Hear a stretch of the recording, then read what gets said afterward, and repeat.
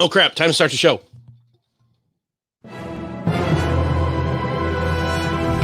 It's Social Pulse Weekly, brought to you by Gore Pulse. With this week's special guest, Erik Fisher. Discussing this week's hottest topics and latest developments in social media marketing. With your host, Jennifer Watson. Here's Social Pulse Weekly. Everyone, and happy Friday. Welcome to Social Pulse Weekly. And I have to say, that is one of the most clever intros to our show that we've had. Even my daughter, who is watching an iPad right next to me, was like, "Where'd your friends go? What's happening?" Because it got eerily silent. So that was fantastic, Erik. So obviously you guys know Erik is joining us. I'm so excited. But first of all, welcome to Social Pulse Weekly, your all-in-one social media show where we have an expert interview. We talk about the latest social media news, and we have a little fun trivia at the end. And you don't want to miss that because you could win either an Gore Pulse mug or t-shirt, your choice, but you have to answer both trivia questions correctly to be in the running. And with that said, we also have a really big announcement today. We're going to be announcing it around 2:10, 2:15, so you definitely want to stay tuned for that. And I do want to give a special shout out to our show sponsor, the amazing, the incredible Stephanie Liu. She is joining us today. Woohoo! Stephanie is in the house. Stephanie, we love you. She's amazing, guys.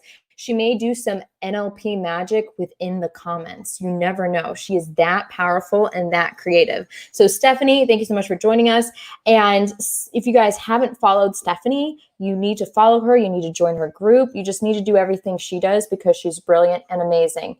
Now, along with that, let's introduce our guest. So if you don't know him, you also need to know him. And it's very sad if you don't know him.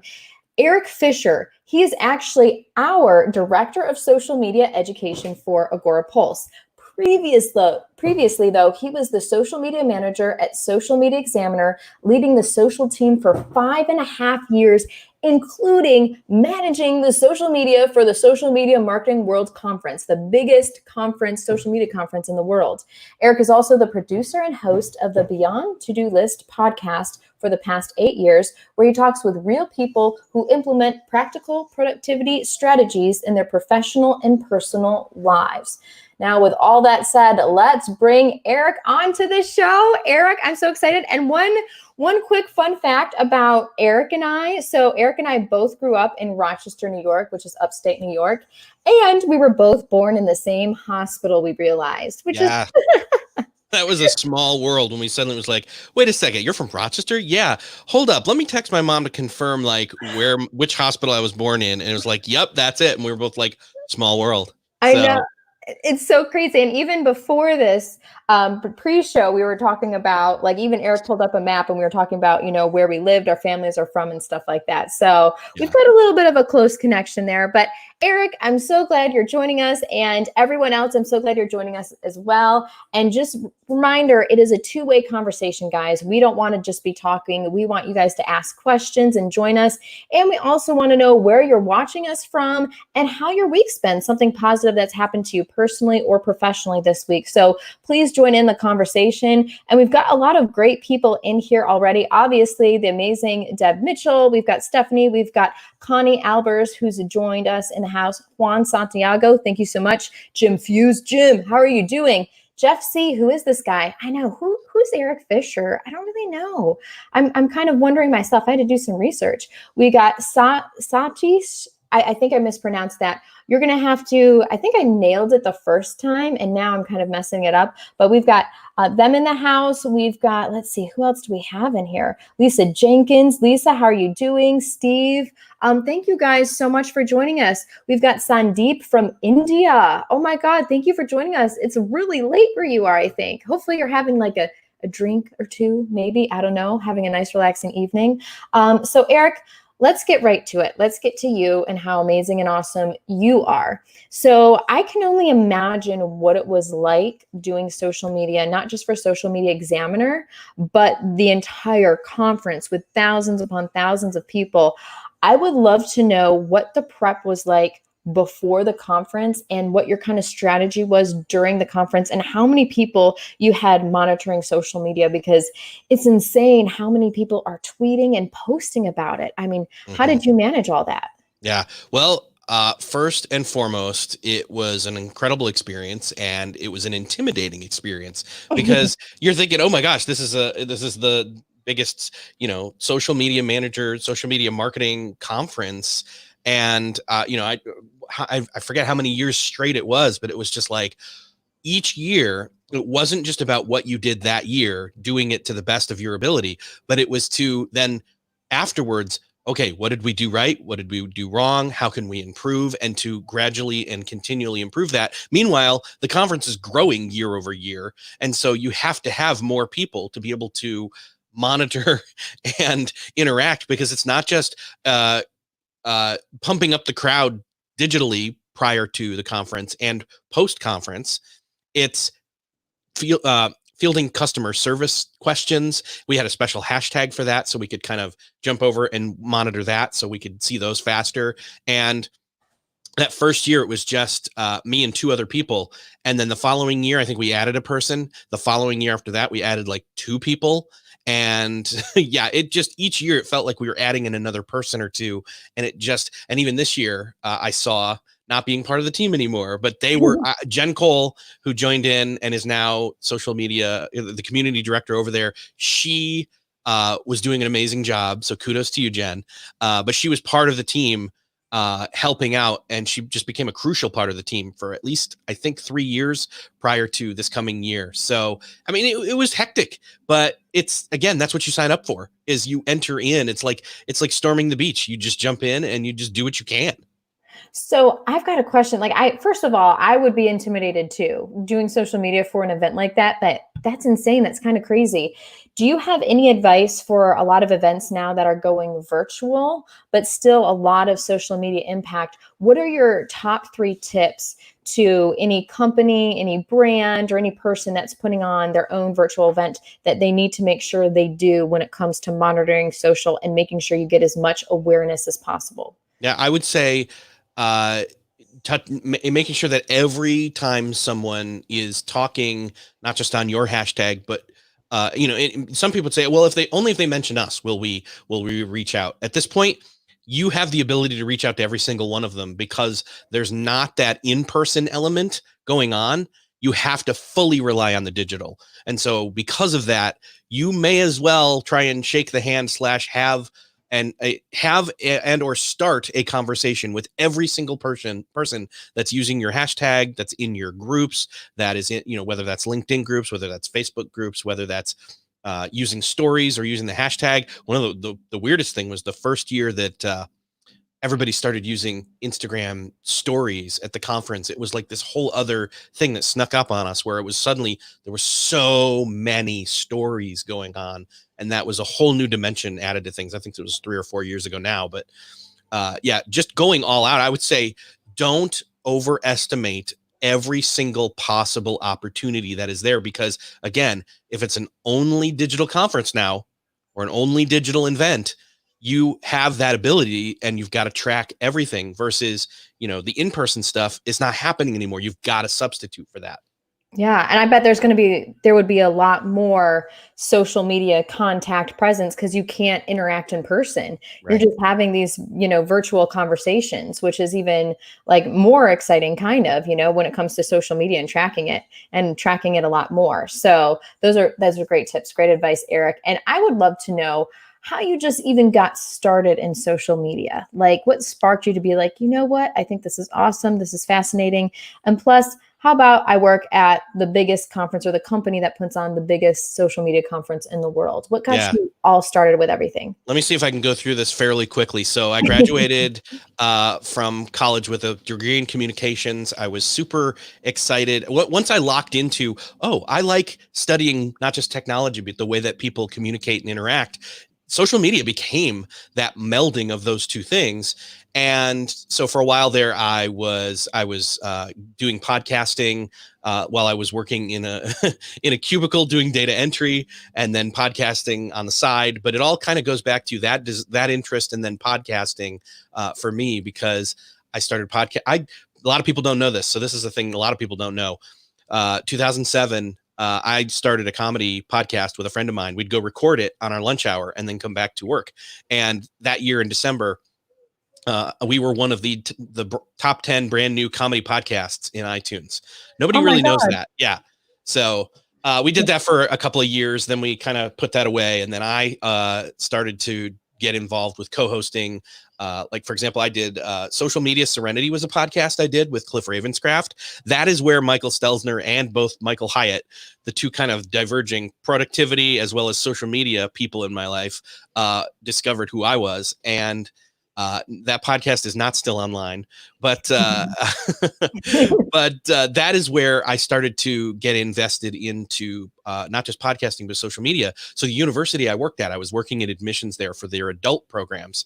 And basically they said, hey, you're like running rings around people with enrollment, but you're also using social media to promote your podcast. We need to be doing social media at the university. We'd like to give you, let's say 10 hours out of your week to research social media. That is where I started to dive in and research it and found people local like Jay Bear, who's only like 2 hours south of me here in Indiana, and a number of other people. And that, as well as the podcasting, kind of that's where it all came from. And then as I was phasing out of my enrollment job and into the social media manager job at this university that they created for me, I was the first one, and I did that for 3 years. As I was phasing out of that 3 years, though, Michael Stelzner had seen me at Social Media Marketing World. I was like, hey, I'm looking for stuff. If you know of anybody, I was needing a job. And he goes on vacation, comes back, reaches out and says, hey, we need somebody who was doing what you were doing at the university. Do you have any interest in talking? I'm like, sure. So we talked, and then I was like, okay. And then I joined the team. So that's it's awesome. all who you know. and I love the podcast. So was it like, all I think about with Serenity is like Serenity Now from Seinfeld. That's all I think about. Yes. Are you calming people when it came to social media and just being like, it's going to be okay? Well, it was all about how to use social media without being used by social media. So it's very prevalent. I mean, it'd be prevalent today to revive the show, to be honest, how to do social media without, losing your head. So. Yeah. I think we need to, Eric, we're going to talk offline about bringing that back. Okay. We're definitely going to make that happen. But we've got Tony Christensen in the house. Tony, I love you so much. You're awesome. Tony's in Phoenix right now, and they could reach triple digits today, if not tomorrow. Their high is like 99 degrees today, which is insane. We've got Krista joining us, and she's also from Rochester. This is amazing. The funny part would be if you went to the same school. So Krista, I'm from Penfield, and actually Eric is actually from the city of Rochester. So let us know where you're from. Jim, you're so awesome. And Jim, actually, now I'm in Atlanta. So Jim is a fellow neighbor. And after all of this coronavirus, we are going to actually see each other for the first time, not at Social Media Marketing World, which is going to be exciting. We've got Elijah, who says hello to you, Eric. Thank you so much for joining us. We've got Mitch Jackson in the house. We've got a really awesome house in here, guys. A lot of great viewers. So thank you guys so much.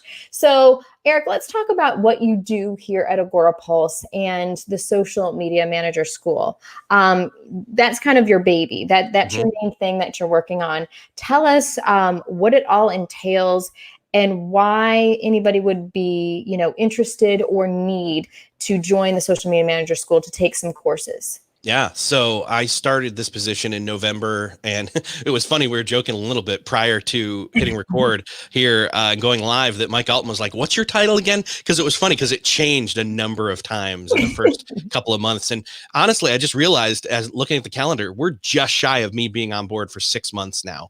So that's amazing. That is amazing. As I was coming in, this opportunity basically arose, regardless of what my job was supposed to look like, the opportunity to partner with the Social Media Manager School, which is something that's been around since 2012. It was created by the partners at the time, which was Andrea Vall and Phyllis Kerr. Phyllis is still on board. Andrea has kind of phased out. She's doing a lot of other and different stuff. In fact, I actually worked with Andrea when I started at Social Media Examiner. So I already knew her. We worked one-on-one together on Facebook stuff right then. So it was really cool to say, oh, what is this? And really dive into the school. And basically what the school is it has been a safe haven, safe space to ask questions to of people and not feel afraid to say, hey, I think I might have screwed this up. And that happens. Yes, who can help me? I'm having this bug, this error, that kind of stuff. It's got that community component to it, but it's also got the coursework component to it, which is amazing in some ways. And I've been going through all of it to kind of take inventory of it. But at the beginning of the year, basically, we partnered with the school and started to put some of our resources into it. And by resources, I mean our manpower, our know-how, our knowledge into streamlining the website a bit, doing some different things here and there, making it more available, and ultimately trying to get it ready to tell people we had it at Social Media Marketing World. What we're working on right now is adding in different pieces, different coursework pieces to it. But ultimately, here's the thing. Nobody is ever done learning is really the key piece here. And I'm, it's funny. I didn't, as non, I don't know how to put that, but ultimately we all can even still eventually get locked into our, we can all get locked into thinking that we have reached our peak. Okay, I'm done learning Facebook ads, for example, which that's, again, how ridiculous a statement is that, because it's social media is a world of constantly changing cogs that sometimes just get completely grabbed and pulled out and swapped for other ones. And so that is why you need to be plugged into a learning environment of some sort. This may be the one for you. This is the one for people who say you have team members who they're not managing a certain aspect of your social media presence right now, but you want them to. This is a great place for them to jump in and say, okay, I want you to learn IGTV. Or, because personally, I don't know, like, I never had a reason to really learn much about IGTV, but I am now, and I have been, thanks to the school. So I get to say that line where I'm not just the social media director or the director of social media education. I'm also a client, so. And you say it perfectly, Eric, because, social media is so fluid. Everything is changing every week. Something comes out, something's new, something's different. That's why there's like specific experts, particular to one social media channel like Instagram or Instagram stories. There's an expert just for Instagram stories, and they hone in on that and they focus in on that because there's so much, out there that you need to know, like ads, like Tony Christensen, Amanda Robinson, they hone in on ads, but they may not know, everything about something else. But it is difficult. And especially if you're the sole social media manager, or you only have 1 or 2, 3 on your team, it's really hard to keep up with everything, along with managing campaigns, strategy, publishing, reporting, all of that. So it's nice to have a place to go. So the exciting thing is, now we have been, what's going on right now for the month of April is that if you want to see what the Social Media Manager School is all about, take some courses, you can sign up anytime in April for free, and you get free 4 weeks of the school. But there's something else going on, Eric, right? Didn't we? Yeah. We had a meeting with Emric and Ben, the CTO and CEO of Gore. What happened earlier? Yeah. So, well, and I'll be honest, I kind of said, you know what, I think we need to extend this. And they said, okay, run with it. They didn't question it. It was originally Emric's idea to give the school away in April. And that was great because a lot of people need something to do right now. Some people don't, some people do, but it's like, hey, this is a perfect opportunity for some people to be able to brush up on those missing pieces in their education. And so we basically said, okay, we'll give it away for the entire month of April. At whatever point in April you register, you're going to get 4 weeks from that point. That's more than enough time, hopefully, depending upon your speed, to be able to go through the whole thing. But then I said, well, wait a second. We're getting near the end of April. There are some people who are saying, hey, I don't have enough time yet. Is there any way I can stay in for a while longer? And I said, sure, we will do that. So not only are we going to extend the registration or the access for anybody who had already registered that was originally going to get 4 weeks, we're now going to give them another 4. So they're going to get 8 weeks total from whenever it was.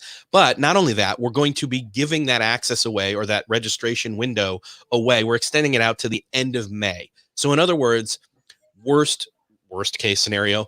Latest case scenario, better put, is somebody comes in and registers at the end of May.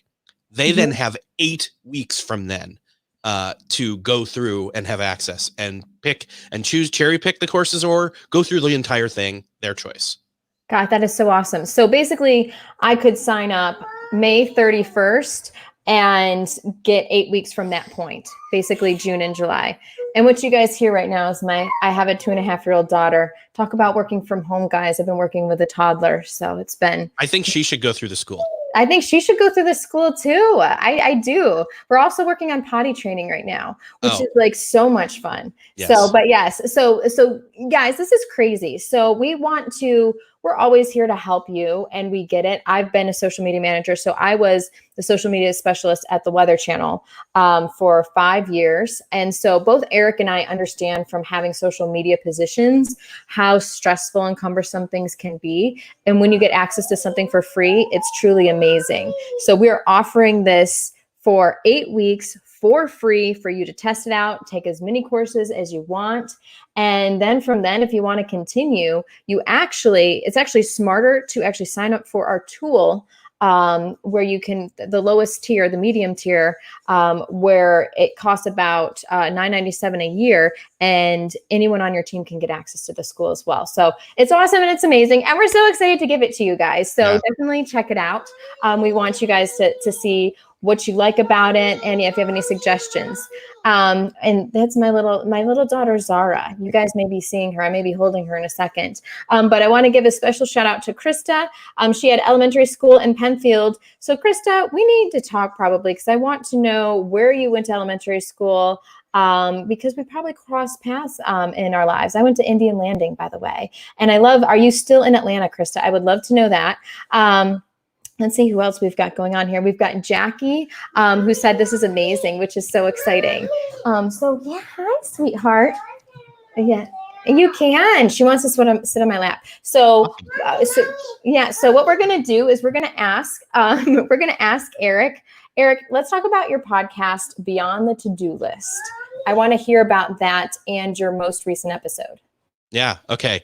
So it's not my most recent episode, but there is an episode I did. I was in that content creation mode of, how do I pivot? What do I put out there right now in terms of something that's helpful, but isn't completely naive to the changes in the world at large right this second? And I said, what if I didn't go at it from the perspective of trying to be productive in the COVID crisis?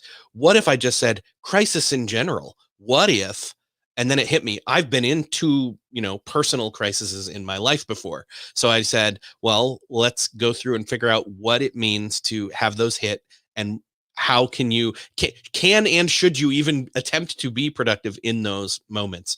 And so I decided to share about when when I was in 8th grade, my brother went into the hospital for a brain tumor, and then was in there for a long time in a coma. And that was a crisis that my family had at the time.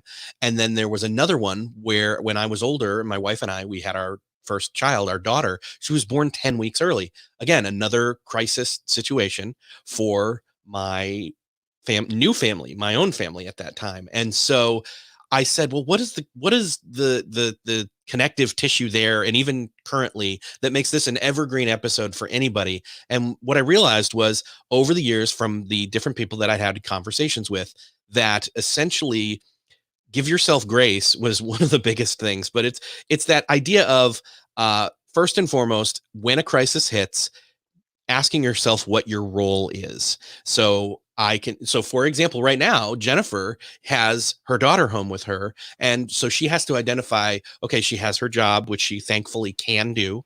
Number two, she is a caretaker for her daughter, which is a role that she's blessed with.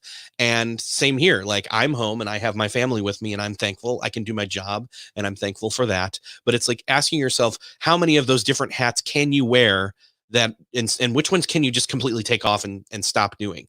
That's first and foremost. Number two is, we've all been on planes, and we've been flying, and they go through the spiel of, the seatbelts are here and this and that. And then they come to this one where it's in an emergency, the oxygen masks will fall. Please put your own mask on first before attempting to help somebody else. And that's the second thing, which is to basically say, what does it look like for you to put your mask on? Is that to be able to take care of yourself enough to be helpful for other people? And so for me, that's me saying, okay, how can I get in enough physical activity? How can I calm myself down by using Brain FM or other tools? How can I focus at work? How can I avoid distractions? And it's going to take different forms for everybody based on their opportunities or what what those hats are. And so that's that putting your, and again, I get it. It's put your own mask on when we're here, put all people putting masks on to go out and do different things like that. So, and then the last thing is just basically figuring out, okay, dealing with time and distractions. That's why I've been pulling some best of episodes out. Like I had a conversation with James Clear in his book Atomic Habits, because he says that habits are all about dealing with pain. It's not ever necessarily striving towards something better. It's alleviating pain. Same thing with Nir Eyal, whose book Indistractable. He says time management is pain management. And so I put those two kind of back to back out there as kind of a, hey, we're all in this time right now where you may either have no time at all because you're super busy because everything's changed, or you may have all the time in the world and you don't know what to do with yourself. In either of those extremes, time building brick by brick on the right habits so that you don't fall apart in this moment and can fulfill the roles that you have are super important. And that's where I'm living my life right now. So, I don't put anything out there that's not something I'm struggling with or I think I need. So I'm just going to say, Eric, I'm going to listen to every single podcast you've ever put on, because all of that is so critical. We've got, so Deb Mitchell says, how many hats can you wear? How many can you take off and just leave them? And this is so true. So while you were describing all of this, Eric, I literally sprinted across my place to get some juice and stuff for Zara. Like, that's what's going on during the live show. I'm like, Eric, please keep talking. I was hoping you're going to do that for like another minute so I could do that. But it is crazy, and it's juggling right now. And it's interesting how you compare, habits to pain and time management. It's very intriguing. And so I love that. And even Scott Ayers said, Brain.fm, both of you guys have said it's been amazing while working at home with kids and in the same room. And Stephanie Lou says, do you think time management is pain management? Well, I think that's, Nir says that basically the reason that we allow ourselves to be distracted is because it's not that we have a lack of focus. It's not that we have a lack of, clarity on what it is we're wanting to do or needing to do. It's that in any given moment, we maybe have not dealt with some of the other nagging things that are not just external. I mean, like you had with your daughter coming in, and she is a potential distraction.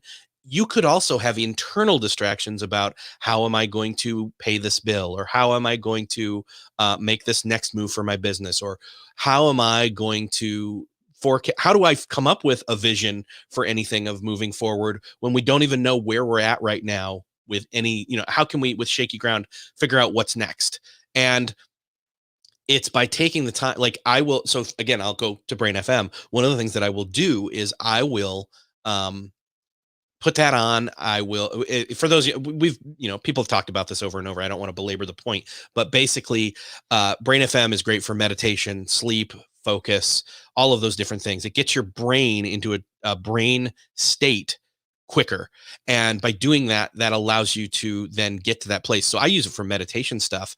And basically I'll take 15 minutes and I'll put that in my ears and I'll just kind of let things bubble to the surface, those thoughts, those feelings, those doubts, those questions, concerns, and I'll write them down. And then those are things that I'll like, oh, I didn't know I was thinking or feeling that, but now I do. And I can do some of the, again, not fun, pretty stuff. This is not easy stuff. But if you do some of the work with that, and instead of pushing it down and shoving it down where then you flare up at somebody, and instead are actually being emotionally healthy, then you can actually then stay focused when it's time to work on the task at hand.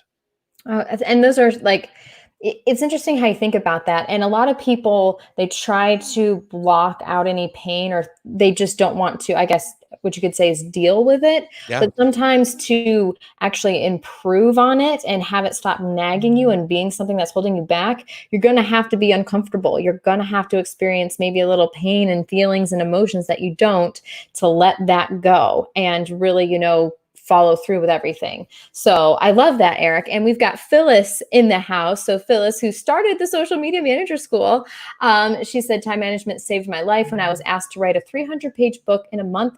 Also, I love Brain.fm too. Good stuff. So Phyllis, I'm so glad you're in the house.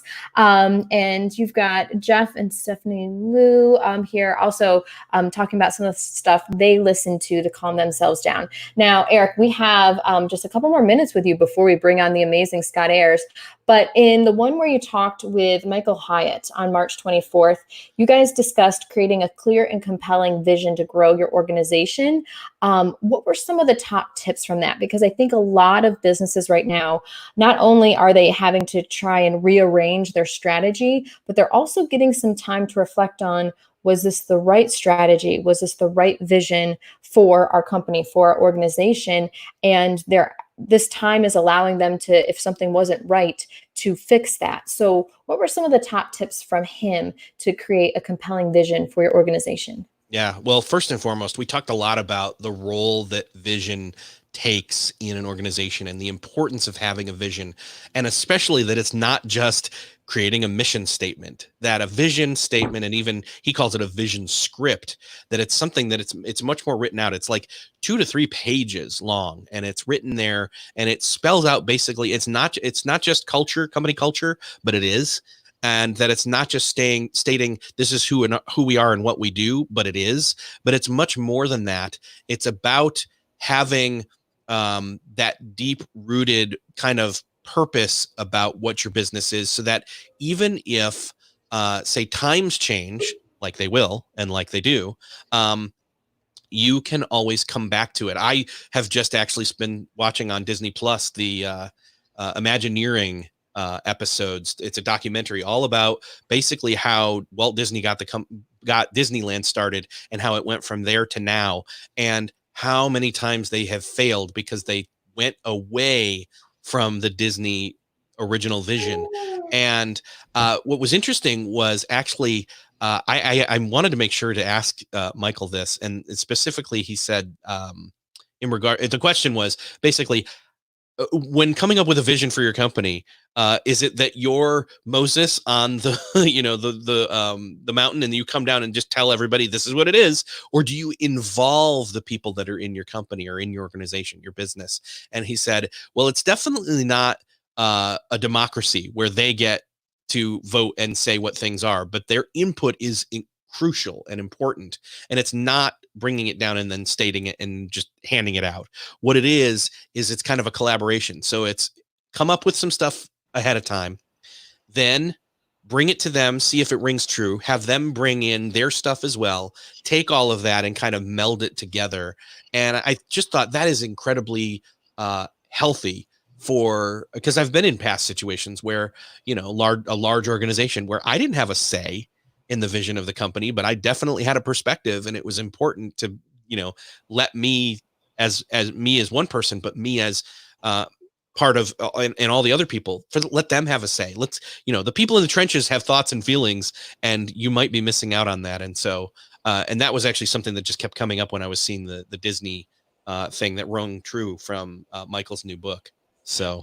So I'm going to have to watch that too, actually, because that's fascinating, I think, with just Walt Disney and everything, from drawing just a cartoon mouse to like a huge, amazing empire, and everyone's, multiple movies, everything else involved in it. It's just so amazing. And so I have one more question about one of your podcasts. So you had Kate Swoboda. I'm not sure if Swoboda. And she talked about courage as a habit and emotional resilience. So during this time, especially, I feel like more important than ever, what were your biggest takeaways from that interview? Because that seems like courage. A lot of people need courage right now with with layoffs, with furloughs, and then just going through a time like this, an uncertain time that they've never been through it before. But can you give us some of the highlights of that interview that you had? Yeah. So the one of the biggest takeaways from that is that fear is not something to be afraid of. And we kind of we are told either by the culture or by ourselves or by hearsay that either we should have nothing to fear and have no fear, which is false, or that we should be angry at fear and mistreat fear and punch fear in the face, which is also false. And again, it's two polarizing opposing kind of options to deal with fear. Instead, fear is part of us. Fear, if we listen to it, is telling us something about ourselves. It's bringing issues to the surface of the water out of the depths of who we are. And it's something to have an inner dialogue with. So for example, Jen, I know that you have done speaking engagements. I have as well. And even right now, when you're in public and you're doing something in front of people, it's not uncomfortable for me to do this, but every single time, I get nervous, I get afraid, I have fear, and it's not that it's not ever there and then it just goes away, but it's learning how to deal with it. And so again, it's getting acquainted with your fear, it's getting comfortable with it, but never getting so comfortable with it that or being so afraid of it that you don't act. That was one of the key pieces about productivity is once in a while you get frozen, or as Jeff C always says, it's vapor lock, where you just don't, you either have so many choices or your brain has so many choices, it seizes up and then you don't act at all, which is completely horrible. But by dealing with that fear, again, it's kind of what we were talking about earlier with the meditation thing, is being comfortable in your own skin. Yeah. And it's something like, even with, so I've had some experience on TV doing local meteorology, giving the weather forecast, but even then it's something about, it's like your body preparing for it, because you have to be on, and so like your heartbeat kind of, starts to increase a little bit, and it's like more of an excitement. And what I've learned to do when I was in college, actually doing this, is to turn that fear into positive energy and channel that way. Mm-hmm. That's what I did. But I love all of that. And yes, Giovanni is saying Erik is laying down some mad truths right now. Yes, thank you. And seriously, like, Erik, I feel like I haven't really had a true in-depth conversation with you. So this is literally, we're doing this live right now. Like, I'm learning so much about you. So we're going to have a work meeting where we just talk about things in life. Yeah. And what was the name of this series again about Walt Disney? Because Cheyenne says she loves that series. Yeah, it's on Disney Plus and it's called Imagineering. Imagineering. Okay, that's awesome. And then Stephanie Lou, love how everyone is so mindful of how powerful mindset is. Yes, it really is. Like, I don't know about you, Erik. So when I wake up in the morning, I first imagine, okay, how would I want my day to go and be happy at the end of the day? And I imagine what would be like, and even just the emotion, the feeling of me accomplishing everything I need to accomplish. And then like I take that and then I just run with it, and I start my day as if it's going to go that way, like planning it that it's going to be positive and I'm going to get everything done. But it's taken some training and some time in your 30s to get that done. That wasn't me in my 20s, but it's like you realize how powerful just tweaking something positive. Yes, you still have to put in all the work, but that positive mindset somehow makes it easier, So yeah. Oh my gosh, and my daughter's cookies, she's not sure where they are. Oh, I don't know. We will find them in a second. So without further ado though, so Erik, I just want to thank you so much for everything. And we want to bring in someone that has some crazy hair, probably needs to get a haircut, and does a lot of research for us, for you guys, just so you guys don't have to. We want to bring in the amazing, our content scientist, Scott Ayers. Scott is incredible. So basically what Scott does, he is the Gore Pulse content scientist. And what we do is we spend up to $10,000 to $15,000 per month running different kinds of A/B testing on ads, different things that you guys might have questions about when it comes to social media. And so you don't have to waste your time, your money. We do it for you. And then we have a podcast and a blog that report the results. And so this is what Scott does, among a lot of other things. And Scott recently, at the beginning of the month did a great experiment on do wide or square image ads on Twitter work best? Which one works best, wide or square image ads? And so we want to talk to him about that, because I think when it comes to ads, I don't know about a lot of you, but yes, I know ads, the basics, but when it comes to just particular image sizes and even more granular information, I don't know as much. So Scott, walk us through this whole experiment.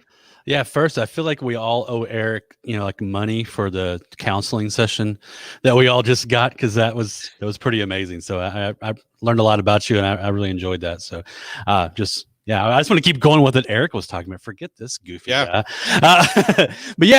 So we want to test square image ads versus a wide image ad on Twitter. And a lot, because I think a lot of us, especially in marketing lately, we all talk about Facebook ads. So we've run a test like this on Instagram before. We've run a test on Facebook before. And so we did it here on Twitter. And my hypothesis when I was running this, I thought Square would do better because on a mobile device, that's where most people are using Twitter. So the mobile device kind of looks like it would probably do best for our ad itself. Talk about working, in an odd situation. I'm in a classroom at a school that I cannot name because they've asked me not to. And I'm trying to write on the board back there. So hopefully you can see agorapulselab.com back there on my board. So what we did is we ran 4 identical ads. I say 4. We ran 4 ads. 2 of them were for square image ads. 2 of them were for wide image ads. When I say wide, think of like the thumbnail size of a YouTube video or a featured image on a blog. That's basically the size that we're talking about. And so what we did, we ran 2 ads for each, and they were going to the same link, had the same copy, and you can go to the blog post and kind of see the details of the images. They were identical completely in the targeting. We targeted English-speaking people only who we either followed our account or were considered a lookalike audience on Twitter. And we targeted the US, Canada, UK, and Australia, because those are going to be the primary English-speaking countries that are probably best for our content. And these were all to blog posts from the Social Media Lab. So when we're all said and done, when we always like looking at percentages, I do put the raw numbers a lot of times in the blog posts themselves, just so you can kind of see. But I think a lot of times if you just look at someone's CPC and compare it to yours, it's either theirs is going to be really high or really low, and you're like, what? It's different for every product. So I think percentages are really the better way to look at things. And what we found was the square image ads resulted in 44.62% more clicks and ended up with 35.71% lower CPC. So a huge difference in the CPC. And CPC is what I was looking for because for me, this is an awareness piece. I'm not driving people to a blog, a website to even get a lead necessarily. Yeah, if they sign up for our email list, that's really what I want, but I'm not selling them anything. I'm just sending them to the content. It's top of funnel type stuff. That's what these sort of blog posts typically are. So I want to drive traffic the cheap as I can. If I can get 35% lower cost per click, that makes me go, okay, now on Twitter, if I'm going to run an image ad, I'm going to focus on Square, where in the past, a lot of people probably just put their link up there and go with it, and it has the typical wide image. But the square image ads, according to our tests, perform much better. Scott, that's actually, I don't know if that's what I would have believed would have been true or not, but I'm glad that you tested it so that when we start running ads or anybody else is running ads, they can do that first. And so, by the way, we do have a new guest. She's the smartest one on the screen right now. So. I don't know about that. Oh, look at her face. Can you say hi, Zara? Yeah. No. She's doing good, guys. She's been a really good champ. So, Scott, thank you so much for breaking that down. Now, what are you working on for your next experiment? We've got so much. It's hard to say. I'm working on one right now. You can actually every Wednesday on the Agora Pulse page. We have Social Media Lab Live. We've been doing that live show, or we did the live show for about over a year. We did a live show every Wednesday at 9 a.m. Pacific time.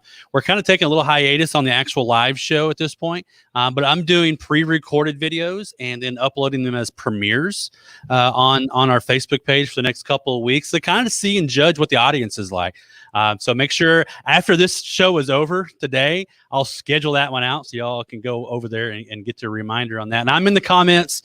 I'm in there watching it with you. I want to kind of see if if premieres can do as well as the live as far as the viewership goes. And my hypothesis is I will get similar views, but get really, really low engagement. So I just want to kind of play around because not everybody can go live. My problem with going live is like right now, I'm in a weird location that's not my normal spot. I'm trying to figure it out. I've got to coordinate a lot of things. And so I'm wondering if we can do kind of substitute for a little while with uploaded videos until we're back into our normal routine. And I love that, Scott. And I love that you're doing this and you're testing it, and it's like a live test. Right.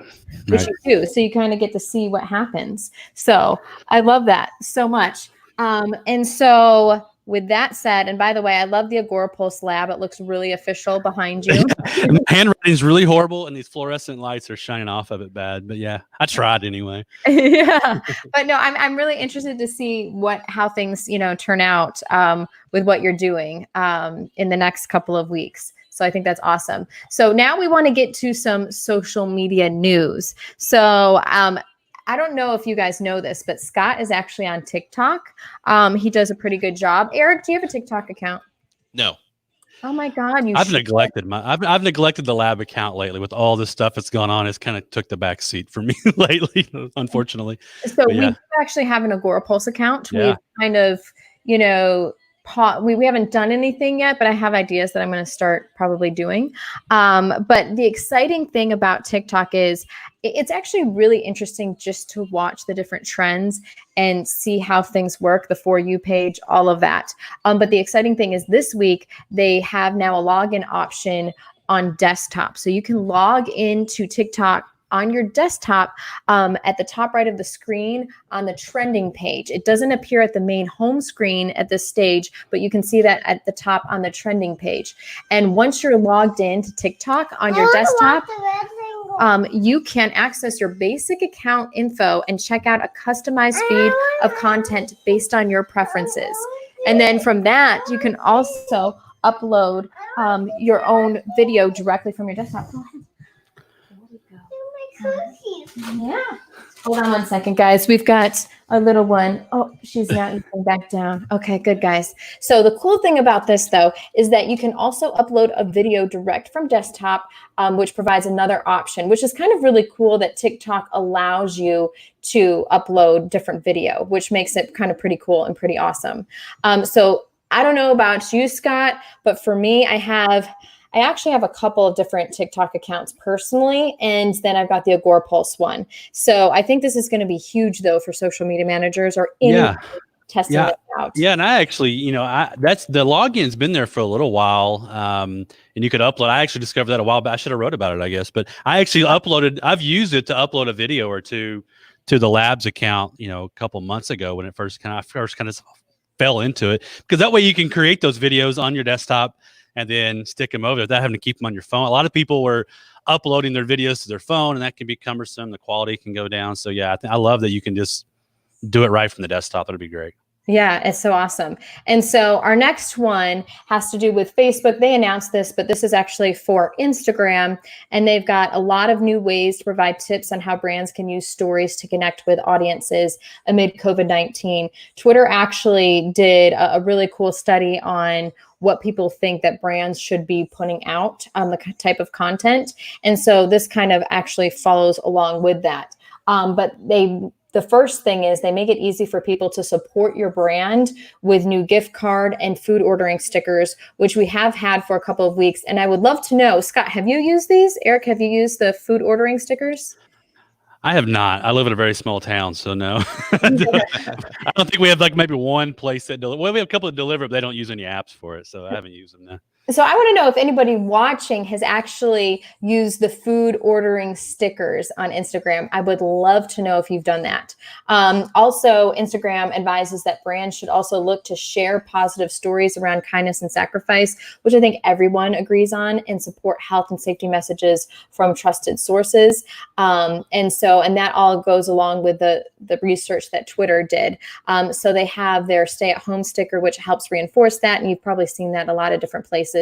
But also one thing they also said was that Instagram says to brands that they should share behind the scenes insights into what's really happening at their business as a result of COVID-19 and how they're looking to address key issues and assist their suppliers and communities. And I think this should be true, not just during a crisis, but kind of overall, that there should be more transparency when it comes to businesses. And also, people like to know behind the scenes and your story, because each brand, each business, each entrepreneur has their own story. So they are suggesting this, which I think is definitely smart. Obviously, start conversations.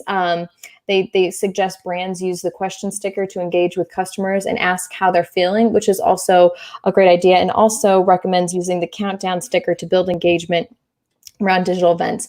They offer a lot of other suggestions too, but those are just a few. And I think those can be really helpful. And what I found, I love it. Scott, I want to know why you're laughing. That was a good Brian's comment. Yeah. Oh, God. I see that there. Brian, I'm glad you're in the house right now. Hair, bald, beauty. Yes. Hello, 3 of my favorite peeps. Hi, Brian. How are you? So there's just a lot you can do. And I don't know about you guys, but majority, I think, people have found they get double or triple the engagement on stories compared to feed posts and Instagram. So Instagram stories and even Facebook is a great way to help drive conversation and just see how your fans, your followers, your consumers are doing in this situation, and if there's anything that you can do to help them. And last but not least, I want to highlight the producer of this show, maybe his favorite social channel, I'm not sure, but Pinterest is highlighting new resources to help businesses maximize their pin presence. And so basically they announced the expansion of its Pinterest partner program, which includes the addition of several creative content tools into its suite of official assistance providers, which is really good. So during this time, if you need assistance with your pins or you want to produce the best pins as possible, that can help with that. They're working with these partners to give businesses access to the in-depth platform expertise and tools specifically aligned with key pin formats, which could be a great way to establish a more effective pin approach for your brand. Now, in addition to this, Pinterest is also looking to provide more tips via its Pinterest Creators Initiative, which showcases some of the best ways to utilize pins to connect. So they're doing a lot of things. And I think a lot of social channels are doing this right now to help brands, to help companies with their visibility. And there's a lot more to this, but Pinterest is doing a lot to help people. And so I don't know if either of you are avid pinners or anybody else watching, but this is some great news and some great resources. And we can share all these links in the comments so you have that. I think we had the wrong guy with the beard on the show to talk about Pinterest. Yeah, I know. Where is he? But yeah, he was in the house. He was watching. So Demetrius says, this is a multi-streamed, highlighting comments from the other page that stream it. Yes, it is multi-stream.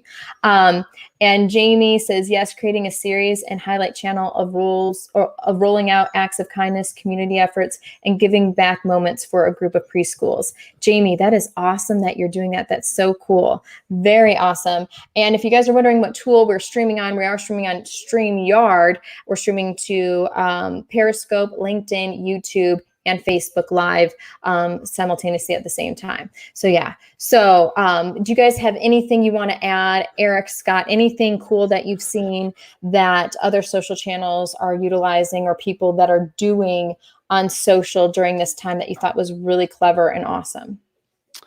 I'm just loving all the engagement in groups that I'm seeing right now. A lot more. I think the community building side of groups, like Bella was on last week, there's so much community in the groups. And I think we're seeing a lot more, all my groups anyway, even stuff that's not social related. There's a lot more activity in those. It's kind of fun. I've been kind of taking a lot of human side of it and just asking random questions in the groups, and the activity in those has been so fun. Like show me a picture of your dog, or this kind of random stuff. People are sharing stuff in groups they probably necessarily wouldn't have before, especially in professional groups. So it's kind of fun just to communicate. I think everybody's just bored with the same old stuff. Yeah. So doing something different in these groups, I think, is fun to experiment with. Yeah, no, absolutely. And Elijah says StreamYard is an amazing tool. It is. Also, Ecamm is really good, and vMix if you want to do some really cool things, which Scott has used as well. Phyllis says that Zuckerberg just announced 3 new things just a few minutes ago. Messenger Room, WhatsApp can have 8 at a time, Facebook events integrated with Facebook Live, and being able to charge for live events. Phyllis, we're glad you're watching. Thanks for that That's information. awesome. That is so awesome. So Phyllis, thank you for sharing. And we would also love to know from viewers, is there some brand entrepreneur that is doing something really cool during this time on social media that you think is kind of inspirational and that you should share with us that we could help out other brands? That would be really cool. With that said, guys, it is trivia time. And so I kind of teased to this earlier on that Twitter did a study and they were just trying to understand the mindset of what everyone is going through right now. And so our first trivia question is, according to Twitter's study, year-to-year total video watch time for entertainment videos has increased by what percentage? So this is kind of a study of how people are consuming information and also what the differences with brands and what's going on during the coronavirus. But this is specific to the year-to-year total video watch time for entertainment videos. What percentage did it increase by? Was it A, 34%, B, 48%, C, 61%, or D, 85%? And when you answer this question, answer 1-A or B or C or D, so we know you're answering question number 1. So I'm wondering if Eric or Scott, do you guys have a guess on this one? I said last week, C got me through college, so I kind of like C, but it seems really high. You mean the grade C, right? Yeah, the grade Well, yeah, that is more like a D plus. Yes. Well, so speaking of D, I'm going to go with D because you think it's that just keep hearing. Yeah, I mean, why not go extreme? I just keep hearing, over and over again, the video keeps growing and growing. So why not? Yeah, Eric, I like your answer. I'm not going to say anything else. It's been the year of video for like 5 years. It's the 5th year of video straight. Yeah, so. Yeah. And so Demetrius is asking, is a 4th person controlling the change of the look of the 3 video streams? Demetrius, I wish I was the Jedi multitasker, but I'm not. My boss is actually producing this show behind the scenes, which is really cool. But it is really easy, though, to produce on your own. I can hop in comments and do that kind of stuff on your own. So yeah, StreamYard is pretty awesome. If you want to talk offline, Demetrius, you can just message me or email me at jennifer@agorapulse.com, and we can talk more about that. Great answers, guys. I'm loving this. Okay. All right, guys. The second trivia question, and this is the last one. And remember, to be in the running to win an Agora Pulse mug or t-shirt, your choice. You get to choose which one you want. You have to get both of these correct. Or if, no one gets them both correct, we'll have to, do a special drawing. But anyway, number 2, Twitter did a survey on brands and their roles during COVID-19. What percentage agreed that brands should boost positivity and positive stories? Which makes sense. But of those surveyed, what percentage agreed to that? Is it A, 40%, B, 55%, C, 70%, or D, 80%? So basically, how many people surveyed agreed that basically brands should be boosting positivity and sharing positive stories? And this is kind of a no-brainer, but I just want to know what the percentage was for this. So Cheyenne says D. Christoph says 1C for the first one. That's a good guess too. And remember, when you guys answer the second question, make sure you do 2-A or B or C or D. Eric, what are you thinking for this one? Yeah, because I want to go again with D, but I'm not going to, because I think even though there's a large percentage, I think there's some people who are just like, yeah, I don't think brands should do anything. So I'm actually going to go with C. Okay. I like the lower end you're going on. Giovanni said 2C as well. So yeah, I like it. The thing is, like you said, I feel like it's a twofold. A lot of people want positivity and positive stories, while some are just, everyone, emotionally kind of deals with things in a different way. And so, yeah, it's a little bit of back and forth. So great guesses. Stephanie says 2B. I'm hopeful that brands are embracing positivity versus essentialization and clickbait. Me too, Stephanie, because hopefully nobody is trying to sensationalize or do anything that's trying to honestly fear monger and try and get people to do things. So hopefully not. But these are all great guesses. Jamie, that's a great guess too. Gosh, we got a lot of people that said 2C.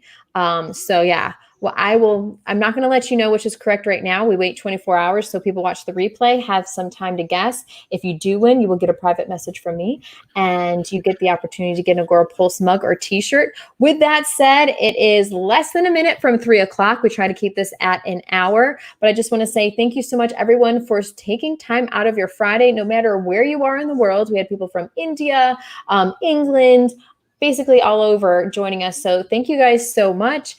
And I want to give a special shout out to Stephanie Liu, our show sponsor. She is incredible. She is amazing. Follow everything Hey Stephanie on the social channels. She provides so much great information. And she also has an amazing podcast, Facebook group. You definitely need to join that. Stephanie, please post links to all that in the comments. And Erik, our show guest. Erik, where can people, and next week we have the amazing, incredible Judy Fox. We're going to be deep diving into LinkedIn. We're so excited to talk to her. She's just so positive and an amazing person. So we'll be talking to Judy Fox about LinkedIn. But before we go, we are also having a special lunch and learn next week in our new Facebook group, Social Pulse Community. And that's a special group where we can have conversations, support each other. If you have questions on different social media best practices or anything you need, you can ask them in there, and we are here to support you. So you can join us there. And we have special lunch and learns, particularly in that group, every Tuesday at 12 o'clock Eastern. And next week, we're going to have Jenny Brennan, our actual sales director and inside sales director. And what she's going to do is break down how she manages a remote sales team for anybody that is doing that all of a sudden and finding themselves in that role, as well as just kind of helping, kind of show us the landscape of sales and how you as a social media manager can help drive more sales for your team. So Jenny Brennan is going to be joining us there. And I do want to ask, Erik, where can people follow you, find you, your podcast, Beyond the To-Do List? Where else can people find your great information? Yeah. Well, first and foremost, head on over to beyondthetodolist.com. That's where you can find the podcast and subscribe. There's so much great episodes there. I'm so proud of it, to be honest. And then 2, don't forget to take advantage of the social media manager school offer that we're giving. You can find that at agorapulse.com/free training, I believe is the URL. And I think Mike has that he can put up, but yeah, it's great. I can't wait for people to get some benefit. I was right. agorapulse.com/free training. So, there you go. Well done, Erik. Well done. Yeah. So please, if you're trying to figure out anything or you're just curious, you don't even have to take the courses, but just see what's in there. Or maybe it's not a benefit for you. It's somebody it's somebody on your team or somebody else that, needs to brush up on their skills. Send them to this. This is a great way for them to get caught up or brush up on their skills for the next couple months. Or have like everyone on your team join and you guys kind of break it out on what you want to accomplish. And then you guys can all compare notes at the end. So, but it's a great opportunity for if you have extra time or you just want to make your skills even better for you to do that right now. And then the amazing Scott Ayers. Scott, where can people find all the content that you're producing here for Gore Pulse and from the Social Media Lab? Back there, if you can read it, it says agorapulselab.com. I do love, Jennifer, that you've got like this, Sunday voice when you go into the announcements, like for like the Bigfoot, the Bigfoot truck shows. I love that. Yeah. So agorapulselab.com, you can read everything that we're doing. Okay, awesome. Perfect. And with that all said, thank you guys so much for joining us, spending some Friday time with us. We love you guys. We're always here to support you. If you have something you want us to test out at the Agora Pulse Lab, just let us know. You can DM us on Twitter, message us on Twitter, talk about it in our new group, or join. We have a Social Media Lab Facebook group as well that you can join and ask Scott to do different kinds of experiments for you. So with that said, we hope you have a wonderful weekend. Thank you so much. And we'll see you next week. Bye, guys.